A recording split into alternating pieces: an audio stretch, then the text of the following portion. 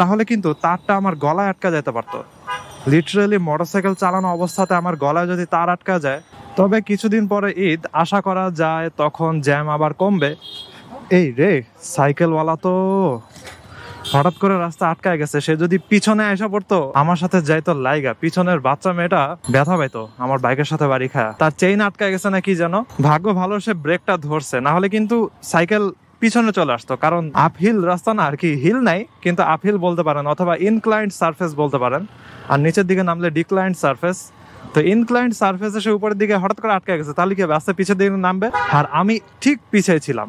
তো বাচ্চা মেয়েটা আমার সাথে ধাক্কা খেয়ে যেত, বেঁচে গেছে।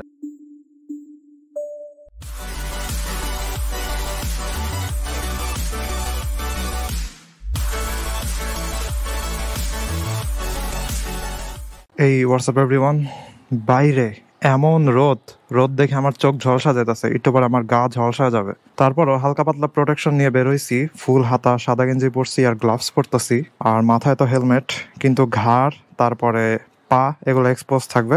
এখন মোটরসাইকেলের ঘড়িতে বাজে দুপুর 12:22। সূর্য একদম মাথার উপরে। এখন বের হয়ে যাব, একটু পান্থাপথের দিকে যাব।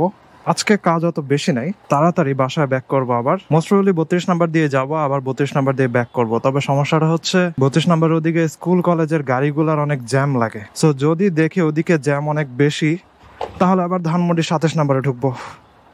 দেখা যাক আজকে কোন দিক দিয়ে যাওয়া লাগে।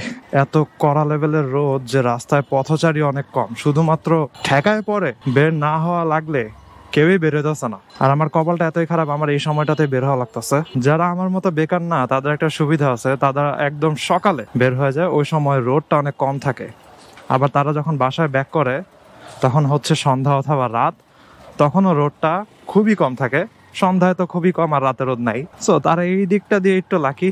আর আমার হচ্ছে সারাদিনই এদিক ওদিক এদিক ওদিক এরকম যাওয়া লাগে। হোয়াট এভার, এখন মেইন রাস্তায় বের হয়ে গেছি, লেটস গো। দূরে হালকা মেঘ দেখা যাইতেছে, কিন্তু একদম মাথার উপরে কোনো মেঘ নাই। এই যে রাস্তা দিয়ে তারগুলো ঝোলে আছে না, এগুলা খুবই সতর্ক থাকা লাগে। কারণ কয়েকদিন আগে আমার এরকম হয়েছে যে হঠাৎ করে একটা তার উপর থেকে নিচে পড়ছে, এন্ড ওটা আমার হেলমেটের সাথে বাড়ি খাইছে। এখন যদি এরকম হইতো যে তারটা না চিরা অবস্থাতেই আছে, মনে করেন দুই সাইডই কানেক্টেড আছে, জাস্ট মাঝখান দিয়ে মনে করেন ঝুলে নিচে নামছে, তাহলে কিন্তু তারটা আমার গলায় আটকা যেতে পারতো। লিটারালি মোটরসাইকেল চালানো অবস্থাতে আমার গলায় যদি তার আটকা যায়, হয় আমার গলার চামড়া টামড়া ছিঁড়ে যেত, অথবা একদম ফাঁসির মতো চোখ অবস্থা হয়ে যেত আমার। ওয়াও, ওগুলো চিন্তা করলেই কেমন জানি লাগে। হোয়াট এভার, আমার নেওয়া লাগবে হচ্ছে ইউ টার্ন। তবে রাস্তায় গাড়ি টাড়ির ভিড় ভালোই আছে, জানি না কতক্ষণে পান্থাপথে যাইতে পারবো। যাক, এতক্ষণে ছাড়ছে, আস্তে ধীরে সামনে আগাতে থাকি। ওরে, এদিকে দেখছেন কি লেভেলের জ্যাম। আজকে আমার অবস্থা খারাপ। এই দেখেন, উল্টা দিক থেকে রিক্সা আইসা এরকম ভাবে দাঁড়া আছে। এই যে এটা ঢুকতেছে, উল্টা সাইডের গাড়িগুলারে দিবে হচ্ছে তারা জ্যাম লাগায়, সব আটকা আছে সব। আরে বাসটা ঢুকতে দিল না। সিএনজি আবার এখানে দাঁড়া আছে ছায়ানোটার সামনে, ছায়ানোর থেকে মানুষেরা বের হবে। ওই দেখেন কেমনে রিল্যাক্স করতেছে বসে বসে, দরজা খোলা। যাই হোক, এদের হামতাম কাসিরাম দেখার টাইম নাই, আমি সামনের দিকে যাই। আবার এদিকে মেডিসিনের গাড়ি দিছে রাস্তা আটকায়। সবাই রাস্তা আটকায় ভাই, কেউ কারো কোনো ছাড় দেয় না, সবাই রাস্তা আটকায়। যাই হোক, ইবনে সিনার সামনে আছি এখন। ওকে, ডানে টার্ন নিবো এখন। ওয়াও, ওরে ভাই কি লেভেলের জ্যাম। ওই যে স্কুল কলেজ ছুটি হয়েছে, এদিকে আসলে কলেজ নাই, সব হচ্ছে স্কুলগুলা, ইংলিশ মিডিয়াম স্কুলগুলা। আমার একটু বামে ঢুকতে দিলেই হবে। তবে 32 নাম্বারের সামনে একটা কাহিনী হয়, যদি জ্যাম অনেক বেশি হয়, শুধুমাত্র ওয়ান ওয়ে করে দেয়। এক সাইড থেকে গাড়ি ঢুকতে পারে, আরেক সাইড থেকে ঢুকতে পারে না। যদি ওটা হয়, তাহলে আমি আরেক ঝামেলায় পড়বো, অন্য রাস্তা ঘুরে যাওয়া লাগবে। মন চাইতেছে এই বাইকারটার মতো রাস্তায় এরকম বাইক রেখা দাঁড়ায় থাকি রাস্তার সাইডে। এই ভর দুপুরে এই লেভেলের জ্যাম, আমি ভাবছিলাম আজকে আপনাদেরকে একটু ফাঁকা রাস্তা দেখাতে পারবো। এখান থেকে 32 নাম্বার একদম স্মুথলি চলে যাবো। স্মুথনেসের এসও নাই, ঠিক আছে, পুরাই হয়ে গেছে রাফনেস। গাড়িটাকে আগে যেতে দে। আচ্ছা, গাড়ি আমাকে যেতে দিছে, thank you so much. Let's go. Finally হালকা ফাঁকা রাস্তা পাইছি। তবে কিছুদিন পরে ঈদ, আশা করা যায় তখন জ্যাম আবার কমবে। এই রে, সাইকেলওয়ালা তো হঠাৎ করে রাস্তা আটকায় গেছে। সে যদি পিছনে এসে পড়তো, আমার সাথে যাইতো লাইগা, পিছনের বাচ্চা মেয়েটা ব্যথা পাইতো আমার বাইকের সাথে বাড়ি খায়। ওয়াও, আমি নিজেই ভয় পেয়ে গেছি। সে হঠাৎ করে থেমে গেল, তার চেইন আটকায় গেছে না কি যেন, ভাগ্য ভালো সে ব্রেকটা ধরছে, না হলে কিন্তু সাইকেল পিছনে চলে আসতো। কারণ আপহিল রাস্তা না, আর কি হিল নাই কিন্তু আপহিল বলতে পারেন, অথবা ইনক্লাইন্ড সারফেস বলতে পারেন। আর নিচের দিকে নামলে ডিক্লাইন্ড সারফেস। তো ইনক্লাইন্ড সারফেস এসে উপরের দিকে হঠাৎ করে আটকে গেছে, তাহলে কি রাস্তা পিছের দিকে নামবে, আর আমি ঠিক পিছিয়ে ছিলাম, তো বাচ্চা মেয়েটা আমার সাথে ধাক্কা খেয়ে যেত। মেয়েটা বেঁচে গেছে, যাই হোক। যাক, 32 নম্বর একটু স্মুথলি আসতে পারছি।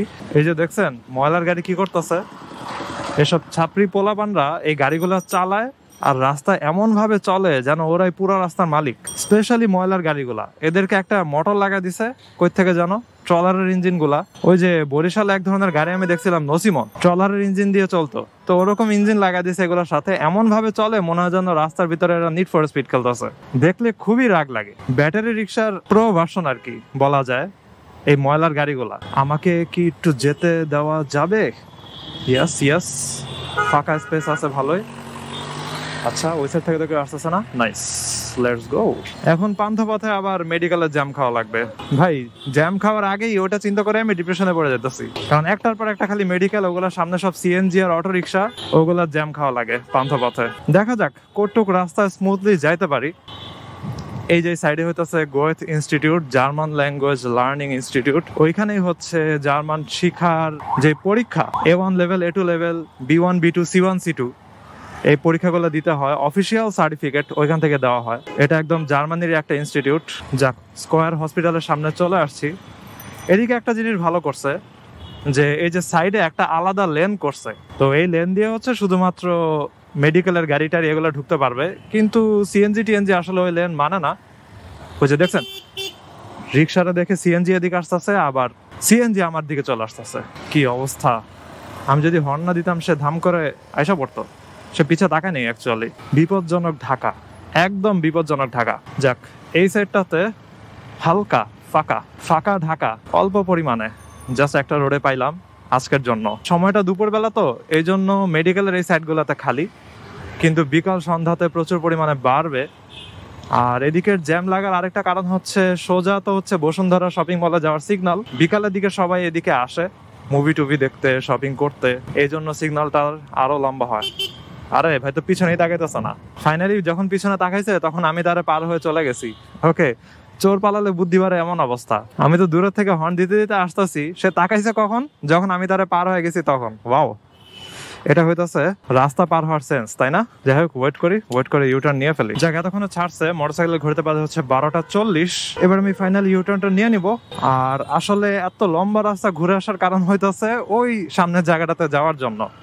যদিও এখানে আরেকটা রাস্তা ডিভাইডার থাকতো তাহলে আমি অনেক আগে চলে যেতে পারতাম, কিন্তু ডিভাইডার থাকলে যে সমস্যা হবে, ডিভাইডার থাকলে জ্যাম আরো বাড়বে, কারণ সব গাড়ি টাড়ি ওইখানে হচ্ছে ঢুকতে নিবে। তারপরে ডিভাইডার যেখানে থাকে ওইখানে রিক্সাওয়ালারা হচ্ছে উল্টা সাইড থেকে আসে, তো এসব রাস্তাতে এই দিক থেকে রিক্সা যাওয়া শুরু করে, একদম ওই ডিভাইডার পর্যন্ত তারা চলে যায়। তো এখন হচ্ছে আমি ওই সামনে মসজিদটার পাশে মিষ্টির দোকানে গিয়ে থামবো, ওইখানে হচ্ছে আজকে আমার কাজ। আর তারপরে আবার আমি বের হয়ে 32 নম্বরের দিকে ঢুকবো। সো আবার জ্যাম, তো আমার ইচ্ছা করতেছে না আপনাদেরকে আবার জ্যাম টাইম দেখাই কাজ শেষ হওয়ার পরে। তো ভিডিওটা আজকে এখানে শেষ করে, I hope you guys like this video, and if you are watching me for the first time in this বিপজ্জনক Dhaka, you can kindly subscribe. তো see you in the next one. সবাই ভালো থাকেন, সাবধানে রাইড করেন, টাটা।